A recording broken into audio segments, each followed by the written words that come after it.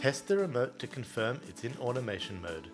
With the roller door in any position, pull the red cord to disengage the motor and it will now be in manual mode.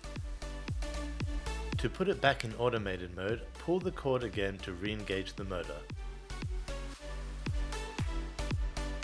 Whether it be a push button, cord or lever, the same process would be applied for most residential garage doors including roller, sectional and tilt doors.